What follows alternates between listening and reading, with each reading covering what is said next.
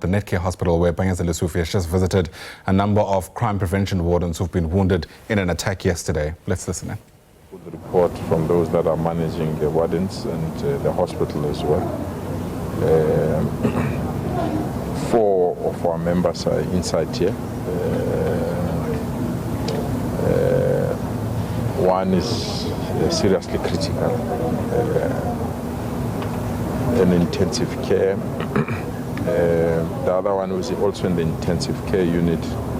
At least is conscious. I managed to exchange some greetings with her and to indicate our support to her.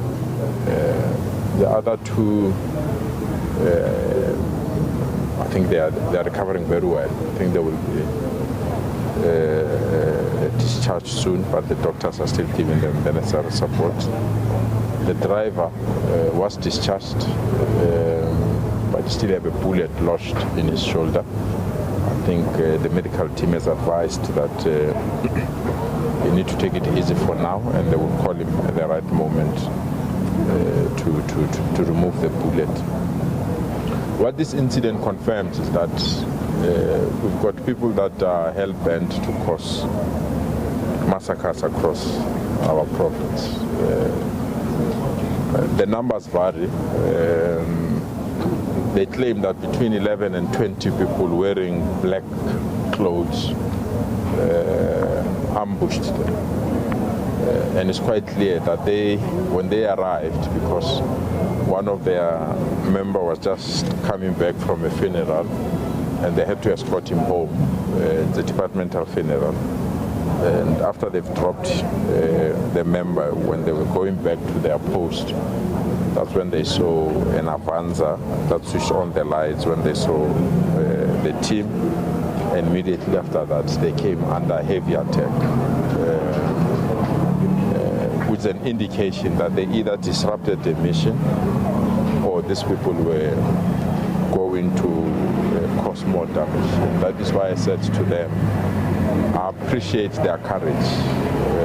I appreciate that they took a bullet on behalf of all of us, because you don't know 11 to 20 people carrying AK-47 where would have ended if they were not disturbed by these young men and women. And I wish them a speedy recovery. I've asked the team to compile us a full report just to check indeed that the necessary protocols were followed. But I have no doubt, on the basis of the report they gave me, that they were just executing their normal work as part of the responsibilities that we've given them. They unfortunately found themselves in the middle of 11 to 20 people who were heavily armed, and they ambushed them. So we want to call on the law enforcement agencies to speedily investigate this matter, attend to it.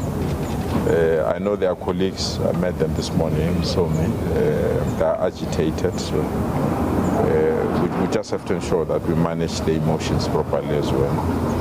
I also met 7 of those that survived. They also took me through what happened. They're going through proper counseling as well.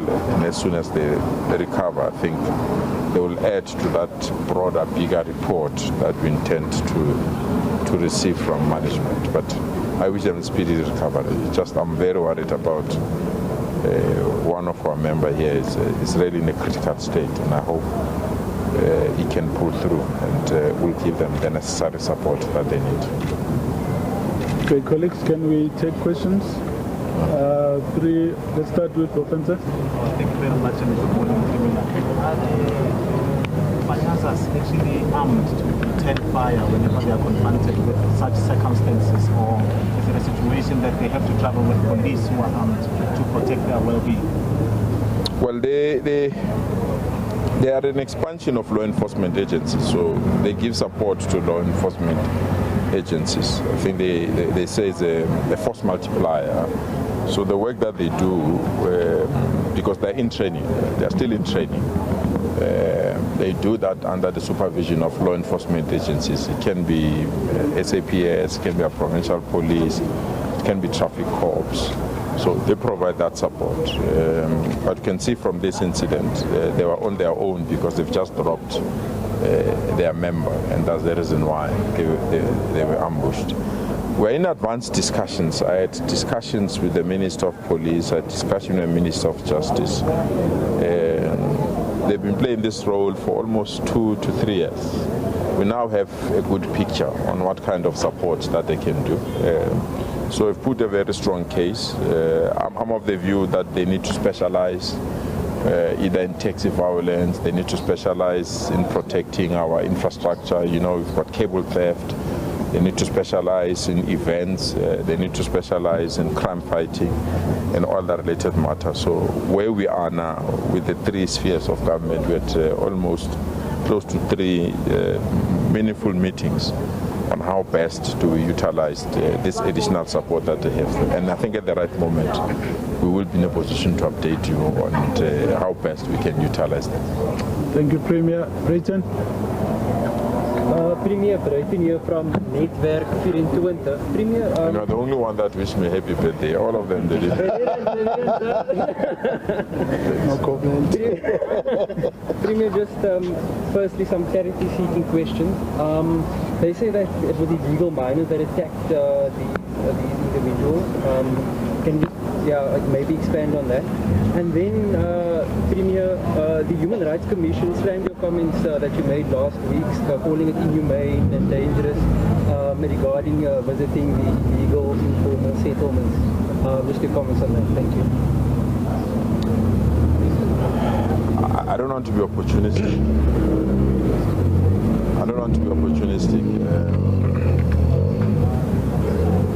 This incident happened next to an informal settlement. So if I have to score cheap political points, I'll utilize that to respond to the Human Rights Commission. And I don't understand, because our approach has been very simple. We'll do everything within the law. We've never propagated that we'll do anything outside the law. And we still maintain that stand. And I don't want to be in a tussle with the South African Human Rights Commission. They play a very important role, and I supported the role that they play. But on this aspect, it would have been better for them to have extended the communication to me if they have reservations, because we don't want to do anything outside the law.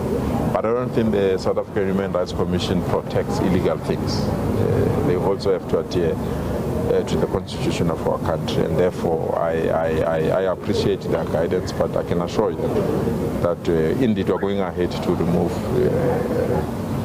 illegal infrastructure, and the assumption by other institutions that we're doing this without court orders or without following legal processes is misplaced. And I want to emphasize that point. We've been doing monitoring of these informal settlements. We know informal settlements that are controlled by syndicates, and we know some of these informal settlements that are used as a cash-making mechanism. And therefore, we're not going to fold our arms and say we are not going to act because a certain chapter of our government feels that we should not do that. And the reason why, and I've seen them raising the element of raids at night. The reason why we want to do this at night is because we want to pool all our resources. And at night, our resources are maximized. The ambulances are there, the fire extinguishers are there, the police are there, the manpower we need is there. But you know, during the day, they have to be all over. But at night, you can be in a position to do these things. We're not doing this because we're inhuman, or we're not doing this because we are reckless. Myself, I'm a victim of Group Areas Act and evictions.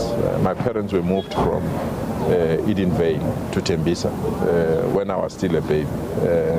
I can't repeat that kind of things. We'll do these things as humane as possible, but we're not going to allow people that are taking advantage of our Ubuntu or want to hide behind our legal system. We're not going to tolerate that. So, and I've seen other institutions as well, Abahlali organization, said if they have reservations or they want to see our plans, we're willing to share with them. But if they're going to shout and scream at us, they will miss an opportunity to be constructive in this particular process. Reality is we have a problem of informal settlements that are not regulated. The reality is we've got informal settlements that are mushrooming without proper control, and we have a responsibility as government to provide services like water, electricity, and so on. And we can't do that on people that want to jump the queue, so we'll deal with it. Whether the Zamazamas are the one that were involved in this act, I don't have that information. I think the team probably provide that information. What I know, they say that they were all wearing black clothes, which simply means that they are organized in their approach, and probably the team disturbed them when they were in that planning session. Hence, they ambushed our members. But I remain hopeful that the law enforcement agencies will attend to this. I'm covered. Okay. Nico? Premier Nico from Newsroom Africa. The conversations about providing more rigorous training and how serious is that now after the movement, and how much are you going to put in terms of ensuring that they do get training, but also talking about maybe having them specialize in a specific area. What informs that? Because we spent 3 years, they've been doing this work for 3 years. That's what informs us. The problem with people that wants to argue on the basis of training is that you have Ama Scorpions concert in Loftus. Who protected people there? Did you get a report that a cell phone was stolen, a car was stolen, or a car was broken? Zero, because these guys were working there. You have sporting events that they attend, the same thing. They make protection. I watched the rugby of Australia and South Africa there. And these young men were there, they were the last to leave the stadium, protecting people. The reason why I'm indicating the issue of training and support is because we have to train them on something. The basic training is there like any other. And some people sometimes forget. They were trained by the traffic cops that are moving here. They went to the same training that traffic cops have. They were trained by the army. They were trained by the SAPS. What you need to do is the next level of training. But you can't do that when you have not had the necessary support from your colleagues in cabinet and from your colleagues in other law enforcement agencies. We've got an RTMC team that is impounding taxis here. That the same team, it's supported by these guys. I had discussions now by the airport managers. That's Panyaza Lesufi, of course, speaking at a hospital in Alberton. That's where he's been visiting. He said 4 crime prevention wardens who've been wounded in an attack that took place yesterday.